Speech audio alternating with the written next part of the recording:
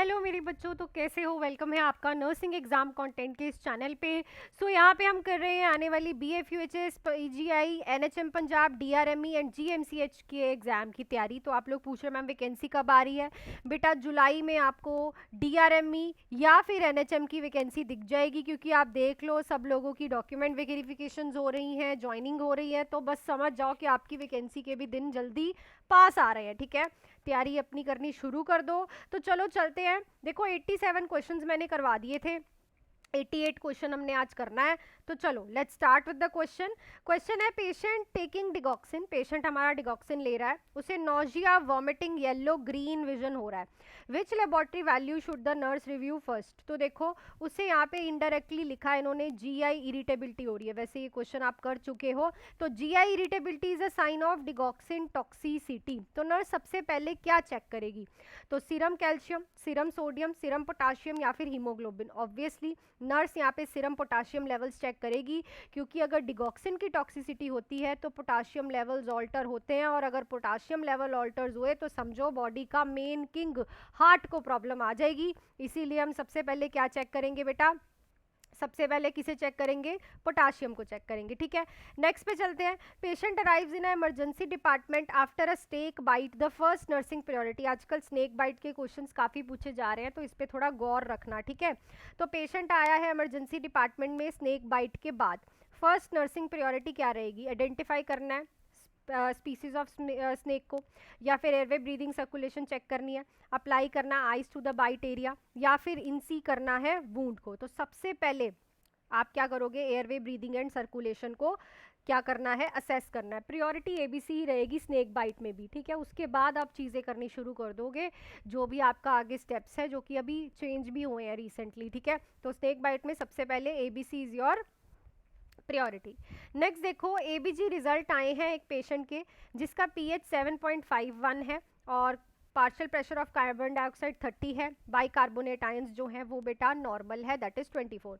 ये नॉर्मल है, यहाँ पे कार्बन डाइऑक्साइड कम हो रखी है और pH जो है वो बढ़ी हुई है। तो यहाँ पे क्या होगा? तो ये आपके पास चार ऑप्शन है। देखो मेटाबॉलिक का केस तो खत्म ही हो गया, क्योंकि बाइकार्बोनेट आयंस हमारे यहाँ पे नॉर्मल है। pH बढ़ी हुई है तो मतलब एल्केलोसिस होगा। होगा कौन सा? तो obviously it is a respiratory alkalosis. Right option हमारे पास क्या रहेगा? Option number C. नेक्स्ट देखते हैं। A researcher collect data on smoking habits and lung cancer status from 200 individual at a single point in a time. Which study design is being use? तो research से question है। एक researcher है जो कि smoking habits का data collect करता है और लंग कैंसर का स्टेटस देखता है 2000 इंडिविजुअल्स में एक ही पॉइंट पे 2000 लोगों का डाटा कलेक्ट कर रहे हो। ठीक है, 2000 इंडिविजुअल्स का। ये कौन सी स्टडी यूज की गई है? Coherent study, cross sectional study, experimental study या फिर केस कंट्रोल स्टडी? सो बेटा it is a cross sectional study. एक ही टाइम पे, ठीक है, 2000 इंडिविजुअल्स का डाटा कलेक्शन एक ही टाइम पे, सिंगल पॉइंट इन टाइम पे। ठीक है, ये चीज़ याद रखो, यहाँ से क्वेश्चन आता है आपसे, डिफरेंट डिफरेंट स्टडीज़ के बारे में पूछते हैं। तो राइट ऑप्शन यहाँ पे क्या रहेगा आप लोगों के पास? Option number B. नेक्स्ट पे चलते हैं। According to the management principle, तो ये एजुकेशन मैनेजमेंट से क्वेश्चन है बेटा, सो नर्सिंग एजुकेशन से। मैनेजमेंट प्रिंसिपल के अकॉर्डिंग यूनिटी ऑफ कमांड का मतलब क्या है? One supervisor should manage one department only, one employee receive order from only one supervisor, all department report to one administrator, one nurse should care for a one patient. Unity of command का मतलब होता है कि एक employ only एक ही supervisor से orders ले सकता है। One employ receives orders from only one superior. ठीक है, एक ही सुपीरियर से एक एम्प्लॉय ऑर्डर्स को जो है रिसीव कर सकता है। That is a unity of command का मतलब। ठीक है, चलो नेक्स्ट है। Patient diagnosed with schizophrenia repeatedly imitates the nurse gesture during an interview. This behavior is called as। तो पेशेंट है स्कीजोफ्रेनिया वाला, वो रेपिटेडली नर्स के गेस्चर को इमिटेट कर रहा है, मतलब जैसे नर्स गेस्चर कर रही है, हाथ उठा रही है तो पेशेंट भी हाथ उठा रहा है। तो ये बिहेवियर क्या है? इकोलिया, न्यूलिज्म, इकोप्रेक्सिया या फिर preservation? So it is a echopraxia. इसका मतलब होता है कि जो साइकेट्रिक पेशेंट है वो साइकेट्रिस्ट और जो भी वहाँ पे नर्स प्रेजेंट है उसके एक्शंस को, उसके मूवमेंट्स को रिपीट करता है। तो right option will be option number C. Next question पे चलते हैं। उससे पहले बेटा समर ऑफर्स आप लोगों के लग चुके हैं। प्ले स्टोर से आपको nursing exam content Mohali app download करके या फिर इस नंबर पे कॉल मैसेज करके आप ज्वाइन कर सकते हो।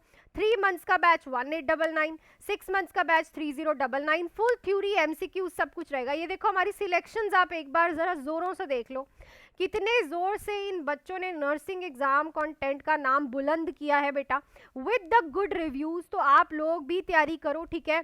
अभी देखना हमारे रैंकर्स हैं भाई, BFUHS की 200 पोस्टों में, डॉक्टर BR अम्बेडकर में हमारे रैंकर्स है। तो रेडी रहो बेटा, अपनी तैयारी कर लो। NHM, DRME, PGI, BFUHS सारी वैकेंसीज आ रही हैं, ठीक है। और ये ऑफर्स बहुत जल्दी बंद होने वाले हैं। ये समर ऑफर्स थे और ये काफ़ी टाइम से चल रहे हैं, ठीक है।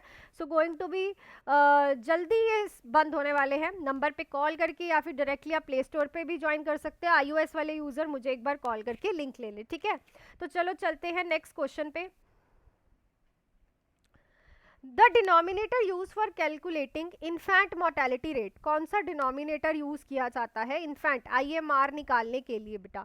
तो ये आपके पास 4 ऑप्शन है। IMR इन्फेंट का मोर्टेलिटी रेट, ठीक है। सो ये आता है live birth during the year, कितने उस ईयर में लाइव बर्थ हुए हैं उसको हम डिनोमिनेटर की तरह यूज करते हैं। डिनोमिनेटर होता है ये जो नीचे आप लिखते हो, क्लियर। ऐसे क्वेश्चंस काफ़ी आए हैं। Nurse is preparing a Sterlite field, which action contaminate the field? तो स्टराइल फील्ड नर्स प्रिपेयर कर रही है, कौन सा एक्शन कंटामिनेट करेगा फील्ड को?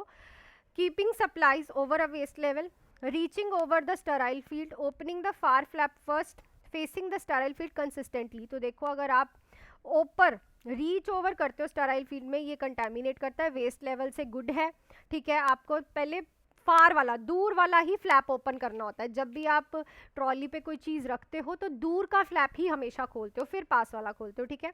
और ये भी ठीक है, बट ये चीज़ जो है ये कंटामिनेट करेगी। नेक्स्ट है a competent patient refuse life saving blood transfusion despite understanding the consequences the nurse should.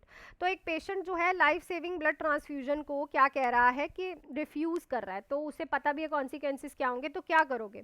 Obtain करोगे कंसेंट फैमिली से, एडमिनिस्टर कर दोगे ट्रांसफ्यूजन, ठीक है, रिस्पेक्ट करोगे पेशेंट का डिसीजन, या सीख करोगे कोर्ट के ऑर्डर इमीडिएटली। तो ऑब्वियसली यहाँ पे हमें पेशेंट का, भाई पेशेंट को refuse to right to refuse का है भाई, उसको राइट है, वो अपनी मेडिसिन को रिफ्यूज कर सकता है।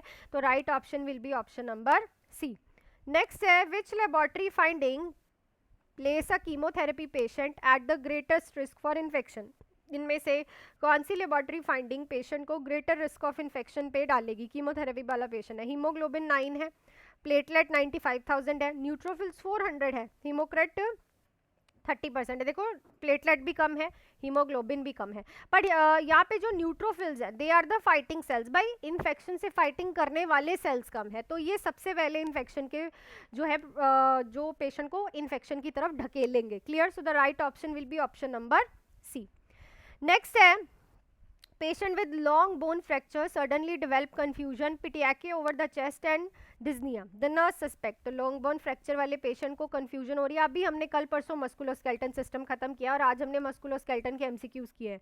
पिटियाके हो रहा है चेस्ट पे और डिज्निया, तो क्या हुआ पेशेंट को? Pulmonary oedema, fat embolism, deep vein thrombosis, compartment syndrome. So it is a fat embolism because of embolism. Fat embolism क्या? जो फैट के ग्लोब्यूल्स होते हैं बेटा, ठीक है, वो सर्कुलेशन में घूमने लग जाते हैं और वो बाइंड हो जाते हैं, उसके बाद वो जगह जगह जाके छोटी छोटी वेसल्स में ब्लॉकेज क्रिएट करते हैं, ठीक है। नेक्स्ट है विच measures indicate the risk of developing disease over a specific period. इसमें से क्या चीज़ बताता है कि डिसीज हो रही है, रिस्क है डिसीज होने का स्पेसिफिक पीरियड पे? Prevalence, incidence, attack rate, mortality rate. तो इस क्वेश्चन का आंसर आप लोग मुझे कमेंट सेक्शन में लिख के बता दोगे बेटा। सो लास्ट टाइम हमने किया था ये क्वेश्चन कि researcher wants to determine the relationship between smoking and lung cancer, which study design is most appropriate. जब आपको लंग कैंसर को और स्मोकिंग का रिलेशनशिप ढूंढना है तो रिसर्चर कौन सा रिसर्च डिजाइन यूज करेगा? तो it is a case control study. सब बच्चों ने क्रॉस सेक्शनल स्टडी किया, बेटा क्रॉस सेक्शनल स्टडी कैसे आ सकती है?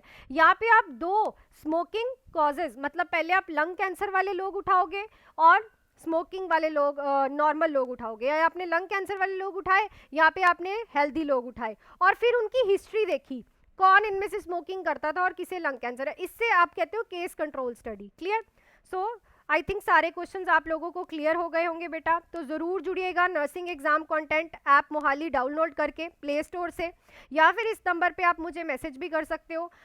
शानदार रिजल्ट है हमारे, मैं आपको ये गारंटी दे सकती हूँ कि अगर आप आओगे तो आप कभी निराश नहीं जाओगे, और जो जो बच्चा आया है वो कभी निराश नहीं। ये नहीं है कि ओनली रैंकर्स ही आ रहे हैं या फिर ओनली बच्चे जो पढ़ रहे हैं उन्हीं के, बेटा जिनका बेसिक नहीं क्लियर, जिनका बहुत बहुत 12-12 13-13 साल का गैप है, वो भी क्लियर कर रहे हैं एग्जाम को। तो जरूर जुड़िएगा। मिलती हूँ नेक्स्ट क्लास में। Till then do hard work, make your parents proud and all the best.